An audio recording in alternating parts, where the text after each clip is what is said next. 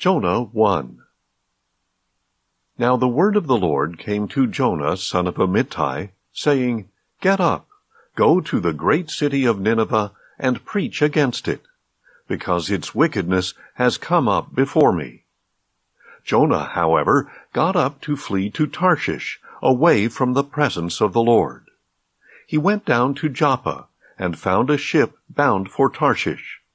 So he paid the fare, and went aboard to sail for Tarshish, away from the presence of the Lord. Then the Lord hurled a great wind upon the sea, and such a violent storm arose that the ship was in danger of breaking apart. The sailors were afraid, and each cried out to his own god, and they threw the ship's cargo into the sea to lighten the load. But Jonah had gone down to the lowest part of the vessel, where he lay down and fell into a deep sleep. The captain approached him, and said, How can you sleep? Get up and call upon your God. Perhaps this God will consider us, so that we may not perish. Come, said the sailors to one another, let us cast lots to find out who is responsible for this calamity that is upon us. So they cast lots, and the lot fell on Jonah. Tell us now, they demanded, who is to blame for this calamity that is upon us? What is your occupation, and where have you come from? What is your country, and who are your people? I am a Hebrew, replied Jonah. I worship the Lord, the God of the heavens, who made the sea and the dry land. Then the men were even more afraid, and said to him, What have you done?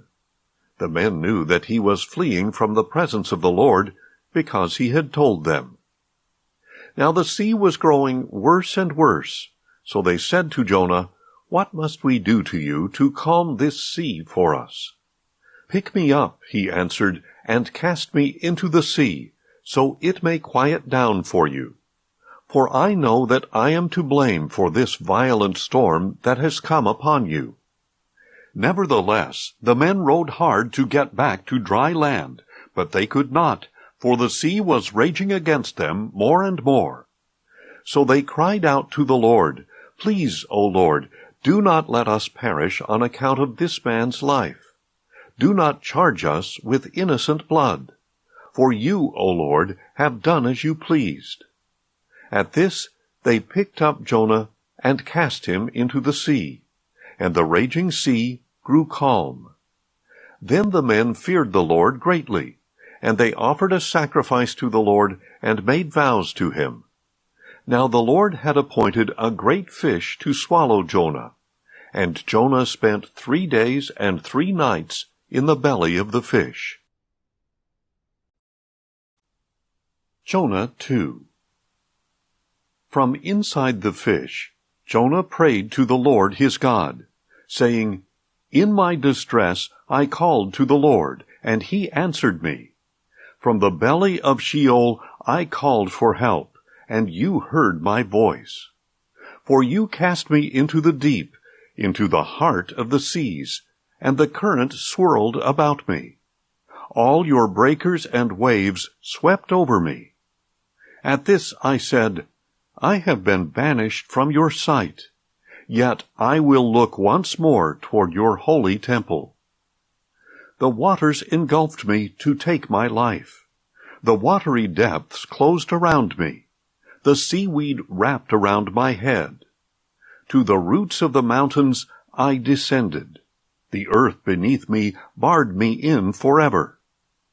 But you raised my life from the pit, O Lord my God. As my life was fading away, I remembered the Lord. My prayer went up to you, to your holy temple. Those who cling to worthless idols forsake his loving devotion. But I, with the voice of thanksgiving, will sacrifice to you. I will fulfill what I have vowed. Salvation is from the Lord. And the Lord commanded the fish, and it vomited Jonah onto dry land. Jonah 3. Then the word of the Lord came to Jonah a second time. "Get up, go to the great city of Nineveh, and proclaim to it the message that I give you." This time Jonah got up and went to Nineveh in accordance with the word of the Lord. Now Nineveh was an exceedingly great city, requiring a 3-day journey. On the first day of his journey, Jonah set out into the city and proclaimed, 40 more days, and Nineveh will be overturned. And the Ninevites believed God. They proclaimed a fast, and dressed in sackcloth from the greatest of them to the least. When word reached the king of Nineveh, he got up from his throne, took off his royal robe, covered himself with sackcloth, and sat in ashes. Then he issued a proclamation in Nineveh. By the decree of the king and his nobles, let no man or beast, herd or flock, taste anything at all. They must not eat or drink. Furthermore, let both man and beast be covered with sackcloth, and have every one call out earnestly to God. Let each one turn from his evil ways, and from the violence in his hands. Who knows? God may turn and relent. He may turn from his fierce anger, so that we will not perish.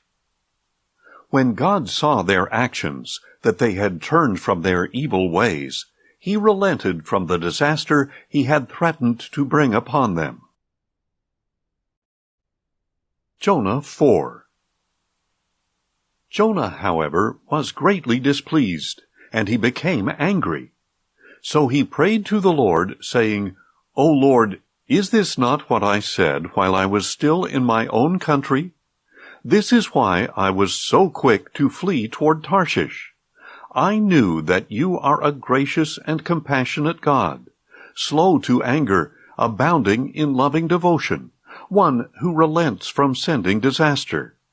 And now, O Lord, please take my life from me, for it is better for me to die than to live." But the Lord replied, "Have you any right to be angry?" Then Jonah left the city and sat down east of it, where he made himself a shelter and sat in its shade to see what would happen to the city. So the Lord God appointed a vine, and it grew up to provide shade over Jonah's head, to ease his discomfort. And Jonah was greatly pleased with the plant.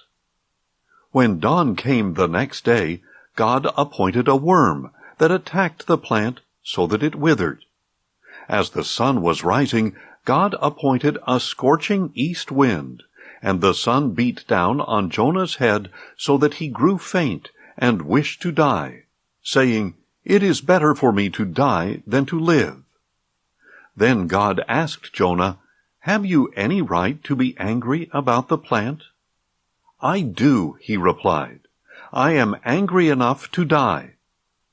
But the Lord said, "You cared about the plant, which you neither tended nor made grow. It sprang up in a night and perished in a night.